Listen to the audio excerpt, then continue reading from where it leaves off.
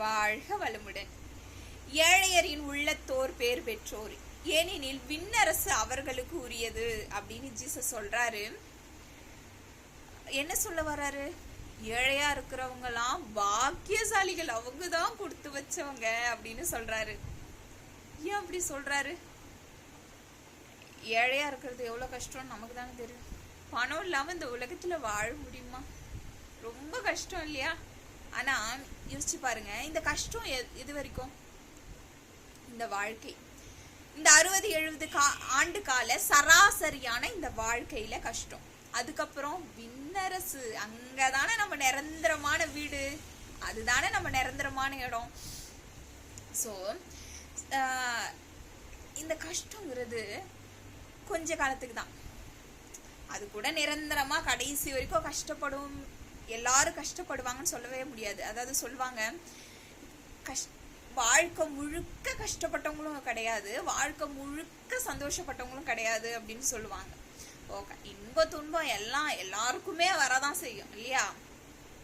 So அதனால இதெல்லாம் ஏத்துக்கிற மனோபக்குவம் வேணும். சரி, ஏழையா இருக்கிறதுக்கும் நம்ம விண்ணுலகத்துக்கு போறதுக்கும் என்ன சம்மதம்?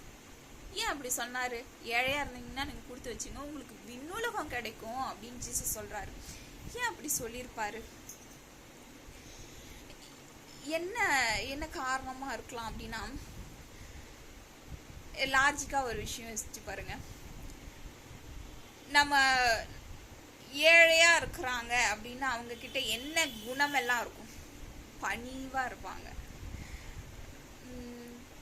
எந்த அளவுக்கு தாழ்மையோட நடந்துக்க முடியுமோ அந்த அளவுக்கு தாழ்மையோட நடந்துக்குவாங்க. அகங்காரம், ஆணவம் இதெல்லாம் இருக்காது. நீங்களே சிந்திச்சு பாருங்க. பணம் வந்துட்டா, அதாவது பணத்தின் வழி பாவம் அப்படின்னு சொல்லுவாங்க. நிறைய நம்ம அறிஞ்சோ அறியாமலையோ அந்த பணத்தின் மூலமாக நிறைய பேர் பாவங்களை சேர்த்துக்கிறாங்க.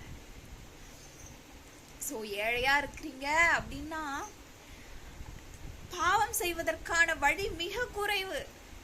அதனால நமக்கு அது ஒரு பெனிஃபிட், அது ஒரு வரம் தான். ஜீசஸ் அதான் சொல்றாரு, அது ஒரு வரமா எடுத்துக்கோங்க. உங்ககிட்ட இல்ல அப்படின்னா அது ஒரு வரமா எடுத்துக்கோங்க, அது பாசிட்டிவா எடுத்துக்கோங்க அப்படின்னு சொல்றாரு. சரி, சில பேர் பணக்காரங்களா கூட இருக்கிறாங்க. ஆண்டவரே, அப்போ நாங்கெல்லாம் வர முடியாதா? அப்போ எங்களுக்கெல்லாம் வின்னர்ஸ் கிடைக்காதா அப்படின்னு அவங்க கேட்பாங்க இல்லையா? இப்போ எல்லாருக்குமே தான் கிடைக்கும். ஆண்டவரை உண்மையா நேசிக்கிறவங்க, உண்மையா அவர் வழியை பின்பற்றுபவர்கள் எல்லாருக்குமே தான் கிடைக்கும். இப்போ அவங்களுக்கும் கிடைக்கும்.